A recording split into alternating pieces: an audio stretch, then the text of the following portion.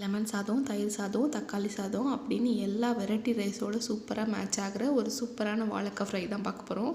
எப்படி செய்கிறதுன்னு பார்க்கலாம்.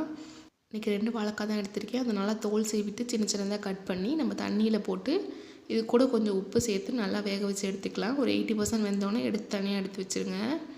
அதே கடாயில் எண்ணெய் விட்டு எண்ணெய் நல்லா ஹீட் ஆனோடனே கடுகு, உளுந்து, சீரகம், கருவேப்பிலை, மஞ்சத்தூள், பெருங்காயம், கொஞ்சமாக மல்லித்தூள், உரப்புக்கு ஏற்றாப்புல மிளகாய் தூள் சேர்த்துட்டு ஃப்ளேவருக்கு சின்ன டீஸ்பூன் கரம் மசாலா சேர்த்துட்டு இந்த மசாலா எல்லாத்தையுமே இந்த எண்ணெயில் கிண்டி விடுங்க. கருகிடக்கூடாது. ஸ்லோ ஃப்ளேமில் வச்சுட்டு பண்ணுங்கள். கட் பண்ணி வேக வச்சுருந்த வாழைக்காய் எல்லாத்தையுமே சேர்த்துட்டு நம்ம இதில் அப்படியே கிண்டி விட்டுடலாம். நம்ம இன்றைக்கி தவா ஃப்ரை மாதிரி தான் பண்ண போகிறோம். இதுக்கு ஆயில் அதிகமாக தேவைப்படாது, ஆனால் செம்ம டேஸ்ட்டாக இருக்கும். இந்த சைடு வந்தோடனே அந்த சைடு திருப்பி போடுங்க. அப்படி ஸ்லோ ஃப்ளேம்லேயே இருக்கட்டும். அவ்வளோதான். எடுத்து சர்வ் பண்ணிங்கன்னா ஒரு சூப்பரான வாழைக்காய் ஃப்ரை.